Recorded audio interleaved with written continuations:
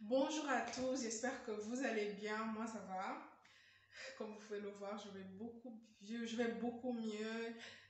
J'ai eu le temps de me reposer, le temps de me remettre aussi.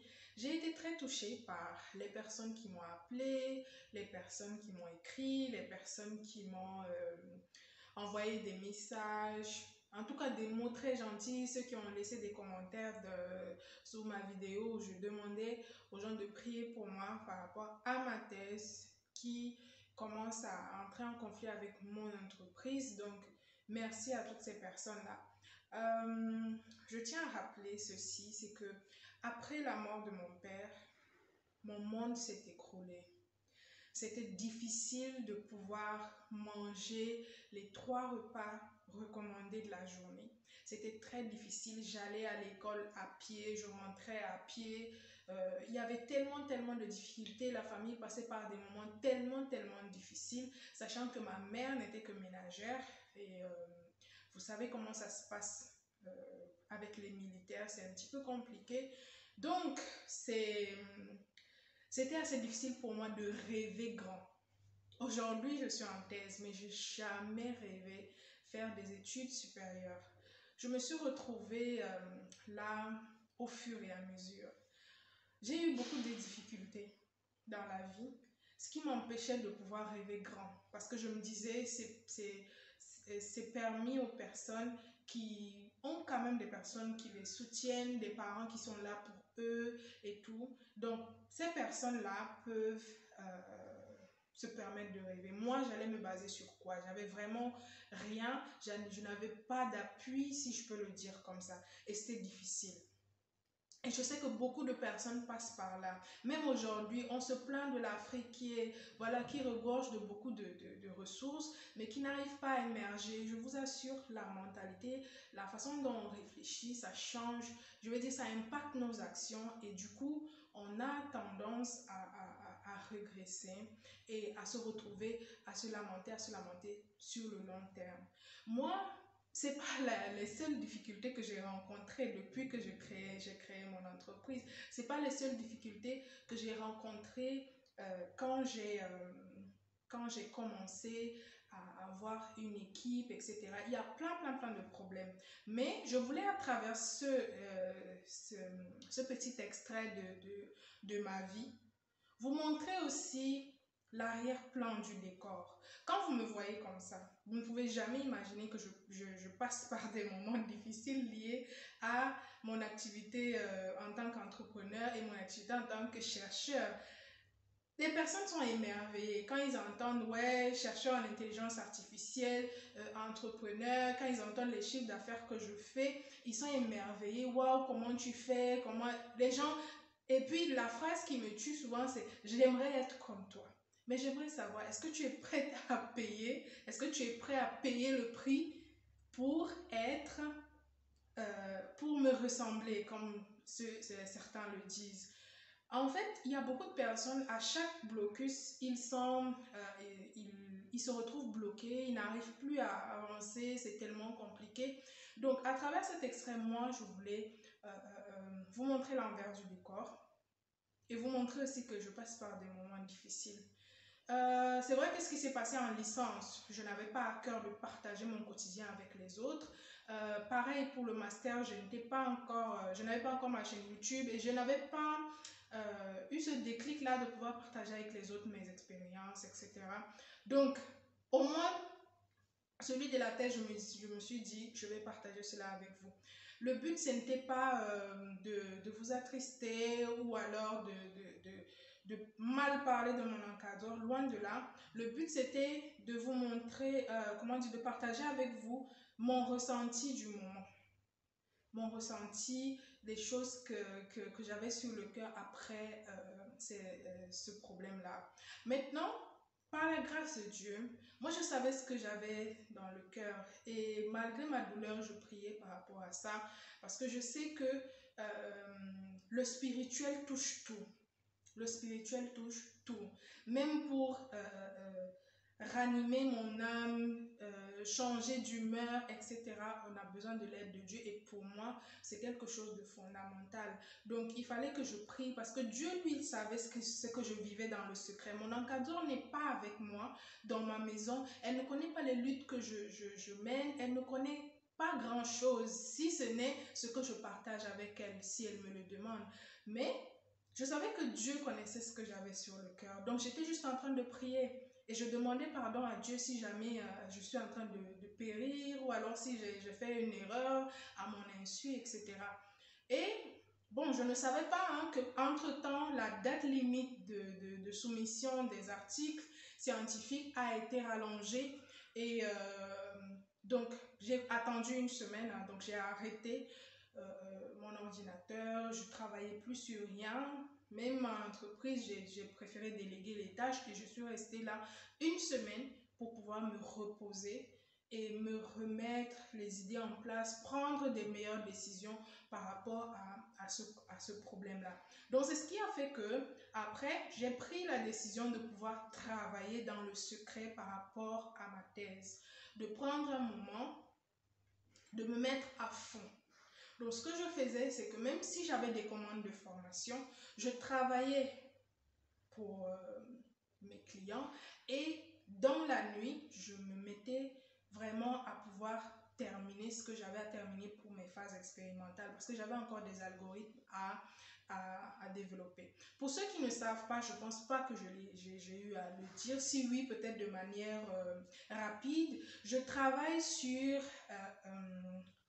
la distribution, les transports, ça c'est la thématique globale, mais en fait je développe des algorithmes intelligents pour réduire la consommation du carburant dans les tournées de véhicules. Donc là, il s'agit des sociétés qui ont des produits à livrer à un certain nombre de détaillants. Et à ce moment-là, l'algorithme que je développe permet au chef d'entreprise ou alors au responsable de la distribution de pouvoir connaître quel est le circuit ou alors la succession des clients qui va minimiser et la consommation du carburant et la distance et le temps à parcourir. Je ne vais pas entrer dans les détails, mais c'est le problème que je traite. Donc, ça rentre dans la réduction du réchauffement climatique parce que selon une étude, je vous mettrai le nom de l'entreprise qui l'a publiée. Donc, selon une étude récente, en fait, les émissions de CO2, donc les gaz qui sont responsables du réchauffement climatique, les gaz à effet de serre et tout ça, les transports contribuent à 25%. Donc, c'est énorme, 25% qui vient des transports et qui nous met non seulement la vie en danger, mais aussi qui fait qu'on ressente cette chaleur énorme. Donc, plusieurs chercheurs sont en train de réfléchir sur la question. Cela date de 2012, donc des travaux à but environnemental ont commencé depuis 2012. Donc, on appelle ce problème Green Vehicle Routing Problem, donc le problème de tournée de véhicules verts. Donc, c'est un petit peu comme ça qu'on appelle ça. Donc, j'avais des algorithmes qui me restaient à développer. Donc, je me suis mise au travail. J'ai pris un mois pour pouvoir travailler là-dessus. Donc, même comme j'avais des exigences en entreprise, je faisais les deux à la fois. Je dormais autour de 3h, 4h du matin pour me réveiller à 8h. Donc ça, c'était mon quotidien pendant ces un mois-là. Donc, Dieu merci, j'ai pu terminer. Et par la grâce de Dieu, la conférence a rallongé sa date limite de soumission de papier. Bon, nous, on appelle ça papier, mais c'est l'article scientifique. À la fin du mois de janvier. Donc, j'ai pu soumettre mon article et le 15 mars ou le 12, je ne sais plus, mais en mi-mars, j'ai eu la réponse. Mon article a été accepté à la conférence de Turquie.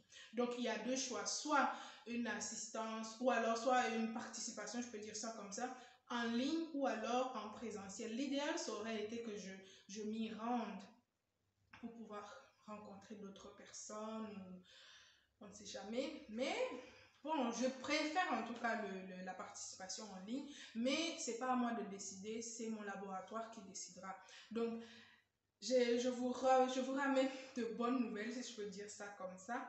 Et par la grâce de Dieu, les choses se sont bien passées. Et avec mon encadreur, on a repris contact. Mais mon but, c'est de vraiment terminer cette thèse et pouvoir continuer aussi avec mon entreprise. Comme je l'ai dit, je ne peux laisser ni l'un ni l'autre. Mais la joie dans tout ça, c'est que finalement, mon entreprise continuera et ma thèse aussi va se terminer.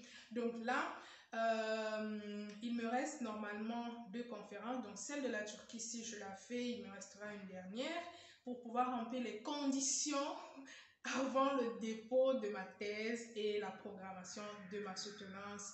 Donc, toutes les écoles ne fonctionnent pas de la même façon, mais l'École nationale des sciences de l'informatique exige un certain nombre de conférences, un certain nombre de papiers publiés à l'international et des conférences et des heures de cours à faire, etc. Donc, c'est tout un pack de choses, des conditions à remplir avant de pouvoir soutenir.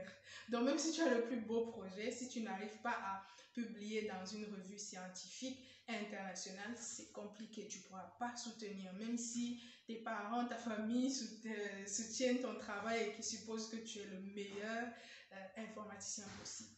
Donc là, je suis dans les dernières conditions à remplir pour pouvoir soutenir. Et le plus gros, ce qui allait vraiment me prendre beaucoup de temps et qui engage vraiment toutes les émotions et tout ce qui va avec, c'était la partie expérimentale. Et Dieu merci, j'ai pu la terminer. Donc, il a fallu que je prenne ce temps-là. Donc, les personnes qui passent par les moments difficiles, je ne connais pas qu'est-ce que tu es en train de vivre, mais j'ai envie de dire, sans ça, la vie serait fade.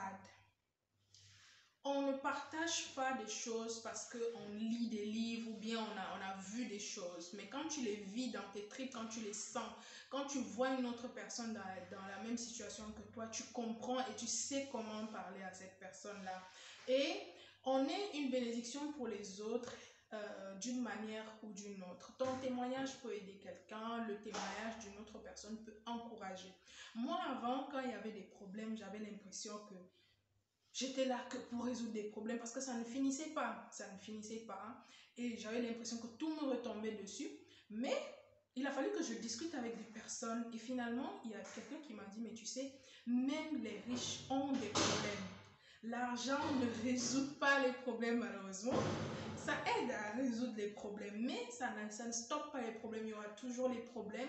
Et il y aura des problèmes où l'argent ne pourra rien faire. Cette situation dans laquelle je me trouvais avec mon encadreur, même si j'avais toute la richesse du monde, ça ne pouvait rien faire parce que c'est comme ça.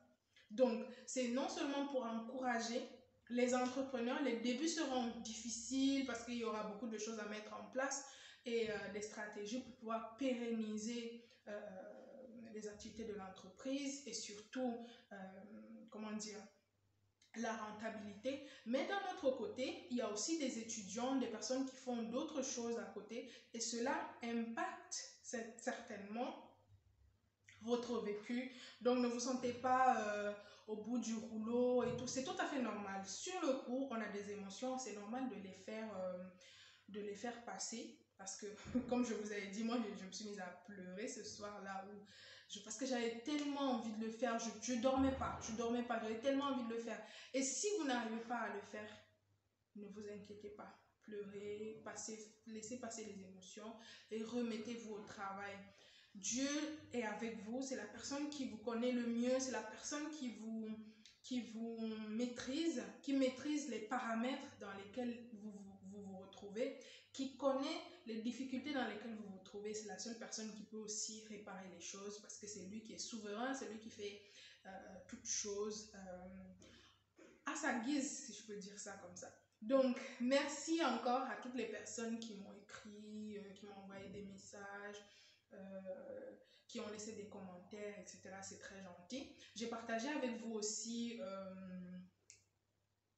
mon exposé que j'ai eu à faire en fait sur l'entrepreneuriat, mon retour d'expérience, si je peux dire ça comme ça, et j'ai partagé non seulement mon idée de projet et les services que j'offre. Si vous êtes intéressé par les vidéos sur l'intelligence artificielle, l'entrepreneuriat et les métiers du web, je vous mettrai les vidéos que j'ai eu à préparer et ça pourra peut-être vous édifier, on ne sait jamais, vu que c'est mon domaine. Je ne connais pas tout, mais le peu que je connais, je pourrais partager avec vous. Donc, surtout la question entrepreneuriale, il y a beaucoup de questions là-dessus, etc. Mais n'hésitez pas à pouvoir me proposer aussi des sujets de vidéos si vous voulez que je fasse un certain nombre que je puisse partager un certain nombre de choses. N'hésitez vraiment pas. N'hésitez pas à vous abonner aussi, inviter vos amis. Parce que nous, généralement, quand on n'a pas d'argent, on ne se permet pas de rêver. Mais je vous assure, ça vaut la peine. Et que Dieu puisse vraiment nous soutenir parce que c'est lui qui connaît vraiment ce qu'on vit. Donc, je vous remercie, portez-vous bien et